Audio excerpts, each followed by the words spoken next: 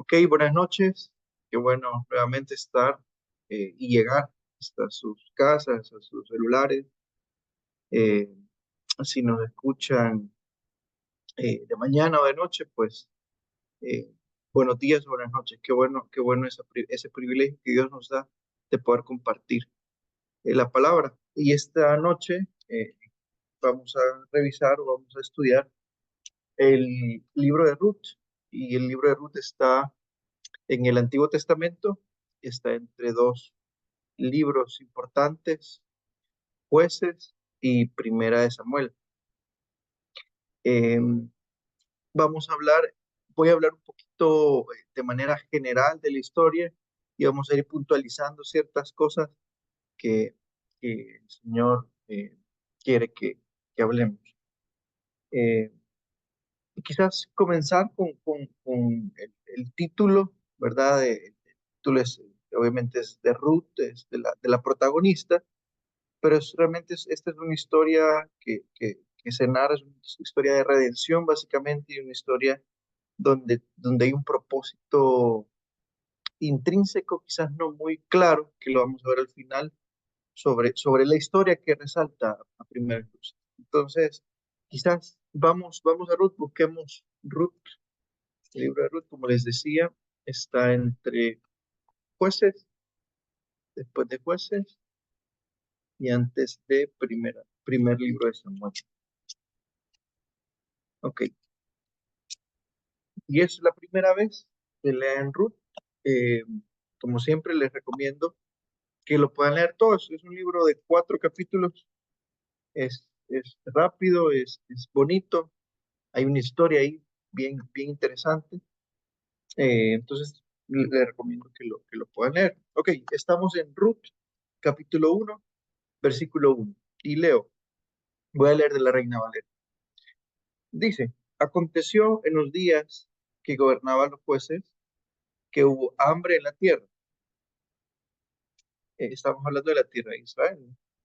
Y esto es posterior a, a que el pueblo de Israel salió de Egipto, vagó por Egipto, llegó a la tierra prometida, eh, están conquistando, digamos, conquistaron la tierra prometida y ahí se han asentado. Entonces, luego de ese asentamiento muere Josué y entramos el periodo de los jueces de Israel previo al reinado o a la línea monárquica que comienza con Saúl y luego.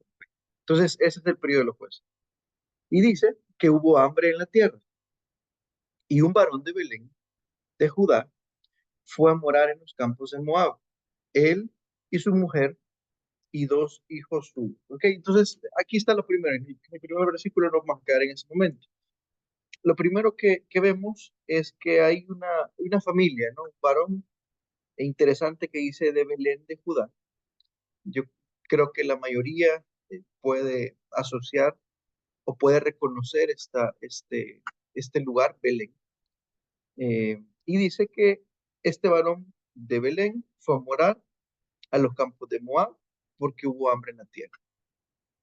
Entonces, lo primero es que había una hambruna y ante la hambruna, Elimelec, el jefe del hogar, el jefe de la casa, decide irse a vivir a Moab.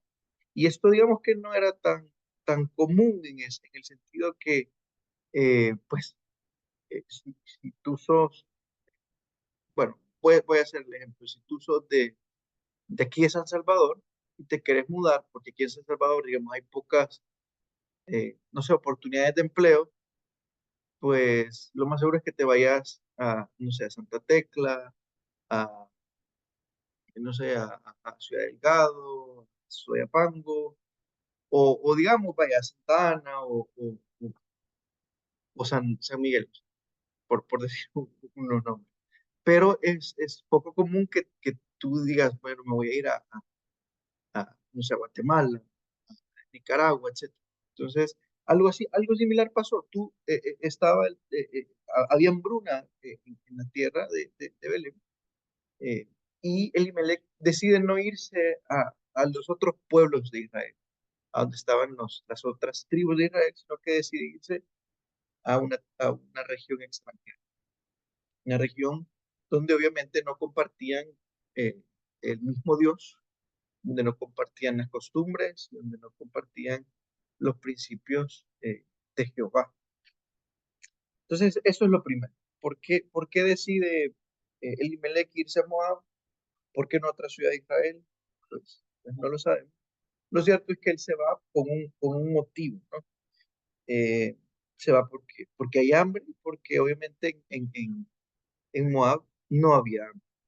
Entonces, la motivación, más allá de, de, de la dirección espiritual, era motivación, digámoslo así, material. No, yo no digo que no sea válida, pero era una motivación material.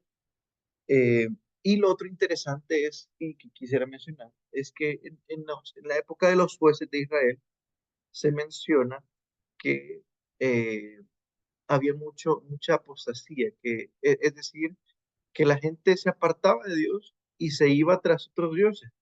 Y me refiero a la gente de Israel, ¿verdad? Se apartaba de Dios, se apartaba del único Dios y se iba tras otros dioses. No es el caso de Elimelech, por lo menos no se registra aquí eh, que se haya apartado del Señor. Ok, entonces dice que se fue y se apartó de Belén y quizás menciono lo siguiente. Interesante, Belén significa casa de pan eh, y Elimelech se iba de Belén, o sea, de la casa del pan, a una región pagana como lo era Moab, ¿verdad?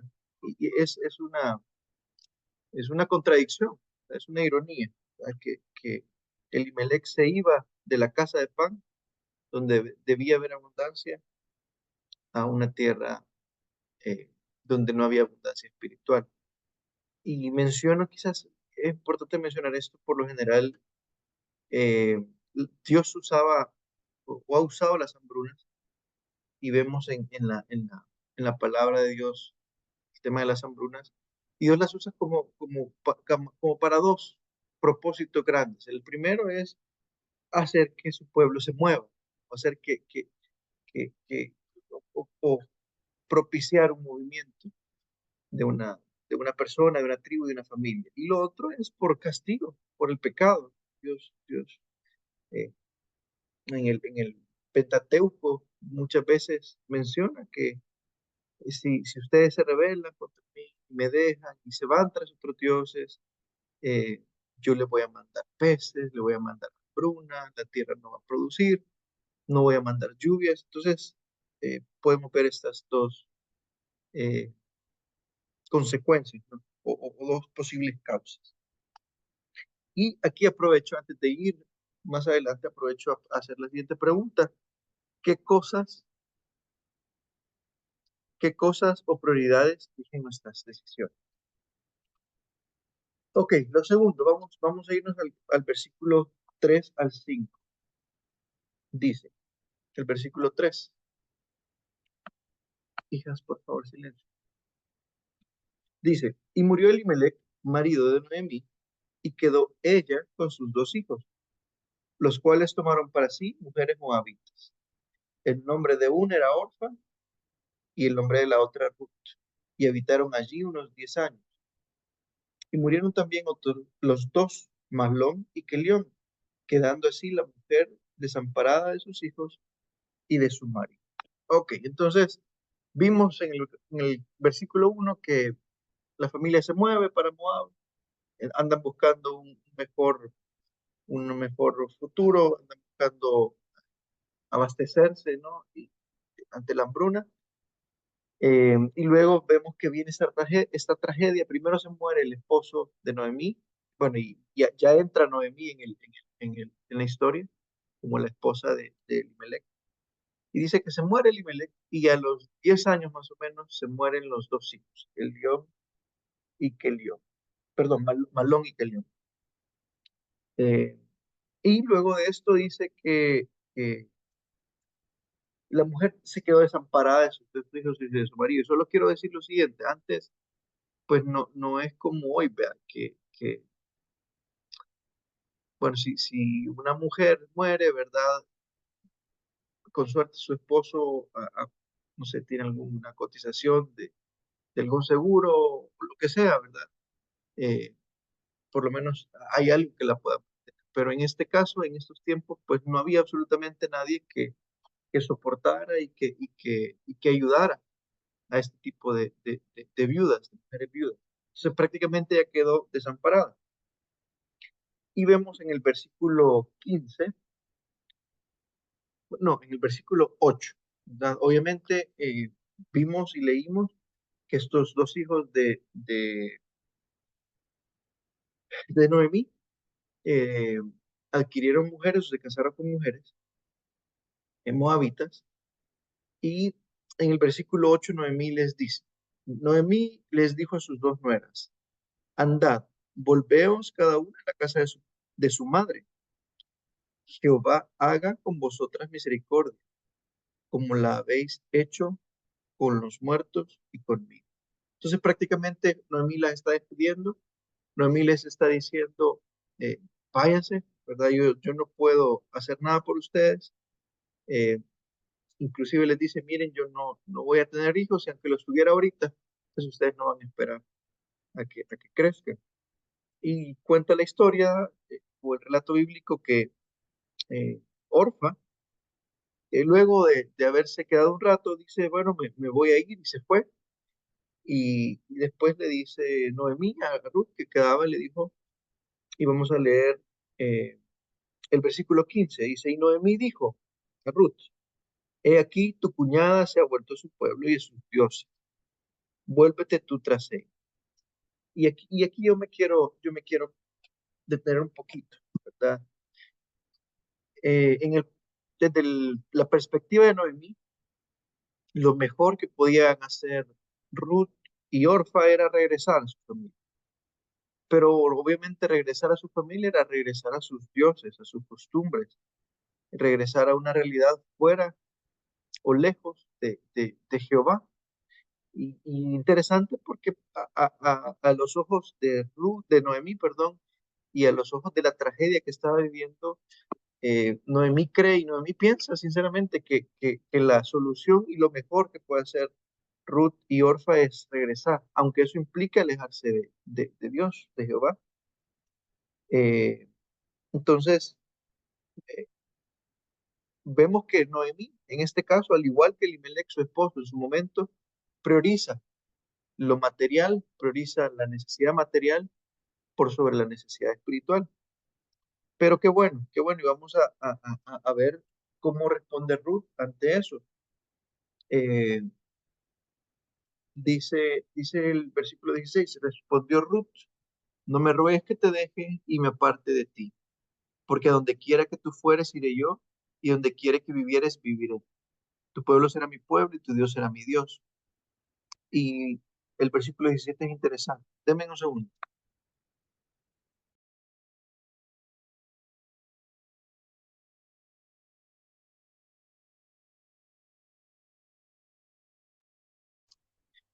Dice, así me haga Jehová y aún me añada, que solo la muerte me hará separación entre nosotras dos. Y aquí lo que quiero decirles es, imagínense a Ruth, moabita, que ha vivido toda su vida en Moab.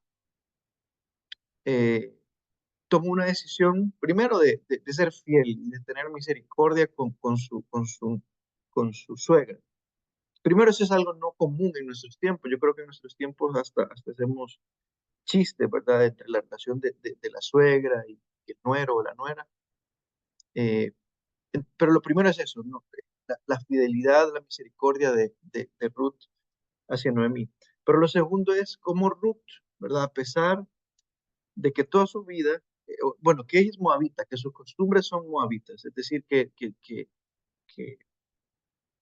toda su vida se crió, adoró otros dioses, etcétera.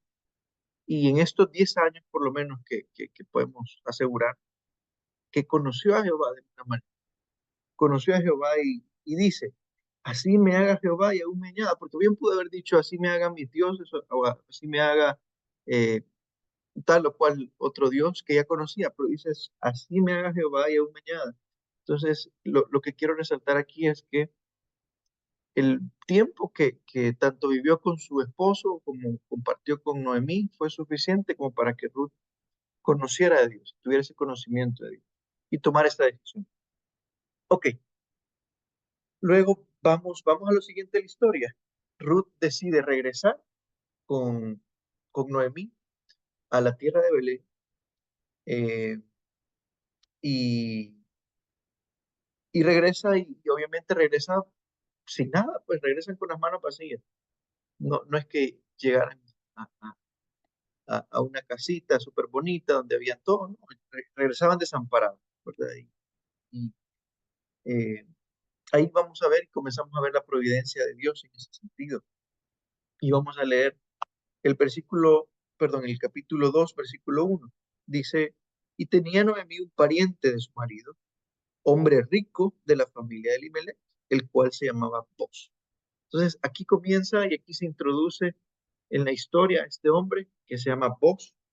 Dice aquí el texto bíblico que era rico y va a comenzar a narrar, digamos, esta interacción, como les digo, me gustaría que la pudiesen leer, esta interacción entre Ruth y Boz. eh, hay un plan para que, por lo menos de Noemí para Ruth, para que Boz la conozca, para que Ruth de alguna manera pudiese subsistir. Y aquí voy a contar súper rápido esto. Eh, Jehová en su ley había dejado ciertos mecanismos para que los necesitados, la gente necesitada, pudiese subsistir. Y uno de esos mecanismos era que cuando se iba a hacer la cosecha de lo que sea, de cebada, de trigo, de cualquier grano o fruto, lo que sea, lo que se cayere, obviamente en el manejo de la cosecha hay cosas que se caen, hay frutos o granos que se caen. Entonces, eso que cae, eh, Jehová establece y dicen, miren, no lo recogen, déjenlo ahí. Y eso que se caiga va a ser específicamente para el necesitado, para el huérfano, para la viuda, para el extranjero. Entonces, básicamente, de esta eh, situación se aprovecha en mi buen sentido Ruth y vos sabe que de esa manera él puede favorecerla. Entonces, vos decide favorecer a Ruth mediante esa eh, acción, ¿no? Él permite y de hecho le dice a uno de sus criados, va, mira, deja caer un poquito más de grano, ¿verdad? Para que Ruth pueda agarrar, para que ella se sustente, etcétera, etcétera. Entonces, aquí vamos a ver una relación, una interacción más bien entre vos y Ruth, entre Noemí y Ruth. Al final, eh, eh, pasa el tema de la cosecha y Noemí le dice a Ruth, mira, Ruth, al final vos es un pariente y quizá tengo que explicar un poquito esto. Había una costumbre también que se llama levirato. El levirato era una ley también que Jehová y que Dios había dejado para el desamparado. Y lo que buscaba era que eh, cuando el esposo de un pariente muriera, de una mujer que enviudaba, eh, el pariente más cercano era el encargado de velar por ella. ¿Y cómo velaba por ella? Prácticamente se casaba con esta mujer viuda y a la descendencia que tuviese, prácticamente era el encargado de darle nombre o de los hijos que tuviese con esta otra persona, con la que enviudó, eh, tenían digamos, por así decirlo, el apellido de la persona muerta. Entonces, de esa manera se encargaba de no hacer perder el nombre del muerto, ¿no? Y lo mismo pasaba con las propiedades y lo mismo pasaba con las herencias. Si, por ejemplo, en este caso, Noemí no tenía hijos, Ruth pues no tenía esposo, no tenía hijos, entonces las propiedades que pudiesen haber tenido sus esposos, al morir ellas, pues se perdían. Entonces, eh, el levirato buscaba eso, buscaba cuidar por el desamparado mediante el pariente más cercano. El pariente más cercano redimía, por así decirlo, a esta viuda, dándole hijos, dándole descendencia y permitiendo que esa descendencia tuviera el nombre del difunto, ¿verdad? Y que tanto el nombre como las propiedades no murieran con el difunto. Entonces, en resumen, vos busca al pariente más cercano que tenía Ruth y Noemí, porque había un pariente más cercano que vos. Al final él le dice, mira, Noemí está vendiendo un terreno, ¿verdad? Y tú sos el pariente más cercano. De hecho, la Biblia no menciona ni siquiera el nombre de este pariente. Eh, y al final el pariente dice, sí, yo estoy interesado en comprar el terreno que Noemí está vendiendo, ¿verdad? Pero vos le dices, ok, si tú estás interesado en comprar ese terreno, también tenés que casarte con Ruth y tenés que darle hijos a Ruth. Y los hijos de Ruth van a ser herederos de esta eh, propiedad. Entonces, al final, este pariente cercano, que ni se menciona el nombre, decide no casarse con Ruth porque dice, no, me va a perjudicar a mí. Eh, pero vemos a trasluz de todo esto que vos había tomado una decisión y él iba a redimir y a casarse con Ruth. Entonces vemos y vamos a versículo 4, perdón, capítulo 4, versículo 3. Y es lo que acabamos de leer. Luego dijo al pariente Noemí, que ha vuelto del campo de Moab, vende una parte de las tierras que tuvo nuestro hermano Elimelech. Y de ahí pasa lo que les acabo de contar. Y vámonos al versículo 3. Cuando,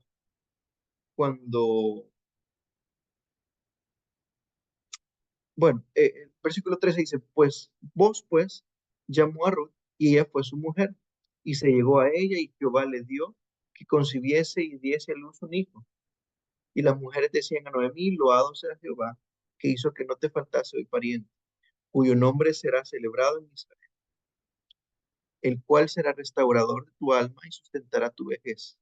Pues tu nuera que te ama lo ha dado a luz y ella es de más valor para ti que 7 hijos.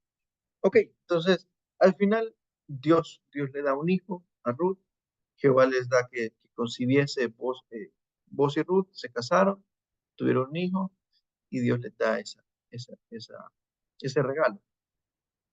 Pues hasta aquí la historia parece bonita, ¿verdad? Una historia, pues sí, regular, una historia bonita, con sus matices, pero el tema es que la historia no termina aquí, ¿verdad? El capítulo, el versículo eh, 16 al 21 nos cuenta una parte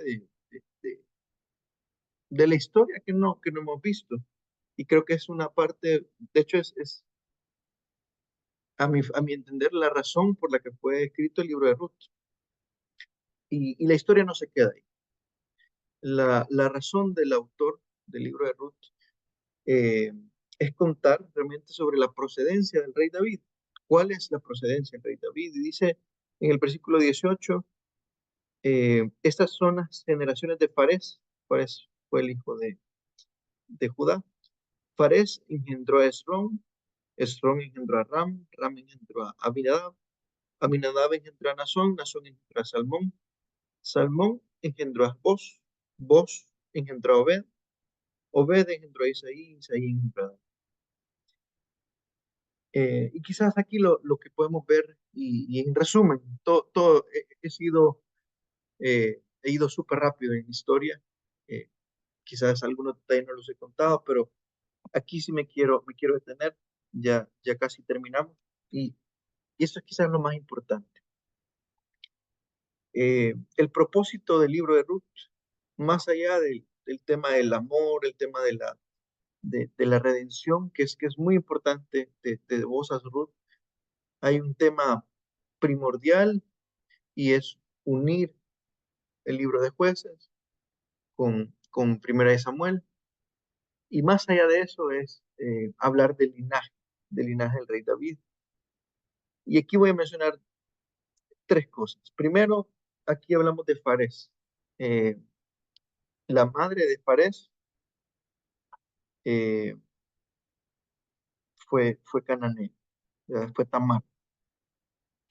Se habla de voz, acabamos de hablar de voz, y vemos nosotros en Mateo 1, cuando vemos la genealogía de David, que dice que Rahab fue la madre de Boz, otra cananea de Jericó, no sé si se recuerdan de Rahab, esta prostituta, que cuando van los espías a Jericó, ella les dice: yo he escuchado de Jehová, he escuchado lo que Jehová ha hecho, los esconde en su casa a estos espías de la tribu, o más bien de israelitas. eh, Conoce, sabe lo que Dios va a hacer. Al final, Dios permite resguardar a Rahab y su familia, mientras que Jericó fue, fue borrado, los muros cayeron y fue atacado. Entonces, aquí está esta otra cananea, digamos, otra mujer eh, no israelita, cananea, en este linaje, y por último Ruth, la moabita. Entonces, ¿a dónde quiero llegar? Que el hecho que Dios haya escogido esas tres mujeres realmente para tomar el linaje o ser parte del linaje del Mesías, realmente indican la providencia de Dios y indican su gracia, ¿verdad? Que él escoge a quien quiere escoger, que Él escoge a, a quien quiere usar, quien usa a quien Él decida y a quien Él le plazca, ¿verdad? Y no nos escoge por nuestro linaje, no nos escoge por nuestra sangre, no nos escoge por nuestras buenas obras, sino que nos escoge por gracia, por gracia. Ok, para finalizar y en resumen, yo creo que lo que el libro de Ruth nos enseña es que el plan de Dios es perfecto y es un plan eterno y se cumple a pesar de nuestros fallos, se cumple a pesar de nuestro pecado, se cumple a pesar de todo, ¿verdad? Y no fue casualidad que Elimelech viajara a Moab. No fue casualidad que muriera y que murieran sus hijos. No fue casualidad tampoco que Ruth regresara, que solo Ruth regresara con Noemí. No fue casualidad que Ruth llegara al campo de Booz. No fue casualidad que el otro pariente más cercano no la redimiera. No fue casualidad que Ruth tampoco consiguiera un hijo. Dios, Jehová le concedió. Y todas estas cosas que no fueron casualidad, realmente estaban dentro del plan redentor de Dios para la humanidad. Sin esta línea genealógica, no estaría Jesús, ¿verdad? Y vemos a Dios Padre, a Jehová, teniendo cuidado de todos estos detalles, teniendo cuidado de incluir a Tamar, de incluir a Rahab, de incluir a Ruth en su genealogía, para que ellas fueran parte del linaje, para que su sangre fuese mezclada, ¿no? Eh, y que fuesen parte del linaje del cual el Mesías, el Rey Jesús, eh, viniera hacia la tierra y se encarnara. Entonces, que eso nos dé tranquilidad, que eso nos dé esperanza, ¿no? Que, que más allá de nuestra vida, más allá de nuestra muerte inclusive, nosotros podemos partir, nosotros podemos morir en cualquier momento, pero Dios tiene un plan perfecto, un plan que trasciende nuestra muerte, que trasciende las generaciones, que trasciende los siglos, ¿no? Que trasciende inclusive nuestros hijos, nuestros nietos, nuestros bisnietos. Ese plan perfecto de Dios hacia nosotros, hacia Él, hacia su plan, sobre todo. Eh, y podemos confiar y podemos descansar que Dios tiene algo, Dios tiene un plan sobrenatural, más allá de nuestro entendimiento, más allá de nosotros, y que se va a cumplir sí o sí, porque Él lo ha decidido. Ok, bueno, se me acabó el tiempo y quisiera que oraran, quisiera que ahí donde estén podamos cerrar nuestros ojos y concentrarnos eh, en lo que acabamos de aprender. Y decirle a Dios, Padre, gracias por esta realidad, gracias por esta enseñanza que tú nos dejas en Ruth, Señor. Hay muchas, muchas enseñanzas, Señor, de nuestras prioridades a la hora de tomar decisiones, si priorizamos lo material o lo espiritual, nuestra fidelidad, Señor, hacia seres queridos, hacia nuestros parientes, la relación entre suegra, entre nuera y suegra, Señor, la fidelidad, el amor, la misericordia, la lealtad, eh, la misericordia también de vos hacia Ruth, donde él no tenía obligación, pero eh, él tuvo misericordia también y actuó más allá de lo que se esperaba. Y Señor, al final de cuentas, en resumen, ver tu mano, ver tu plan, ver tu soberanía, Señor, en medio de las generaciones y en medio de los tiempos y en medio de las personas y también en medio de mujeres, Señor, mujeres eh, que creyeron, que tuvieron fe, que tomaron decisiones, Señor. Y te pedimos por las mujeres que nos escuchan y también te pedimos por las mujeres que nosotros como hombres conocemos y tenemos cerca, Señor. Te queremos pedir que tú les des esa energía, ese valor, Señor, esa determinación, así como Ruth, así como Rahab, así como Tamar, Señor, de, de creer, de, de buscarte, de hacer y de ser fiel, Señor, en lo poco. Y que tú les digas, Señora, a estas mujeres que nos están escuchando y conocemos, que puedan percibir, Señor, también tu plan, tu respaldo, Señor, en sus vidas. Oramos sobre todo también por las mujeres viudas, por las mujeres solteras, Señor, que quieren amarte, que quieren obedecerte, que quieren hacer tu voluntad, Señor.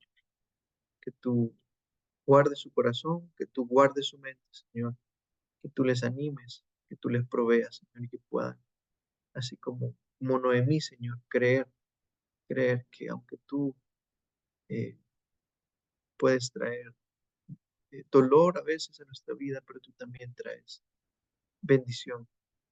Y esa bendición la vemos en Jesús, Señor, sobre todo. No hay mayor bendición, Señor, no hay mayor bendición material, física, que la bendición espiritual que experimentamos en Jesucristo. Gracias, Padre, en el nombre de Jesús. Amén.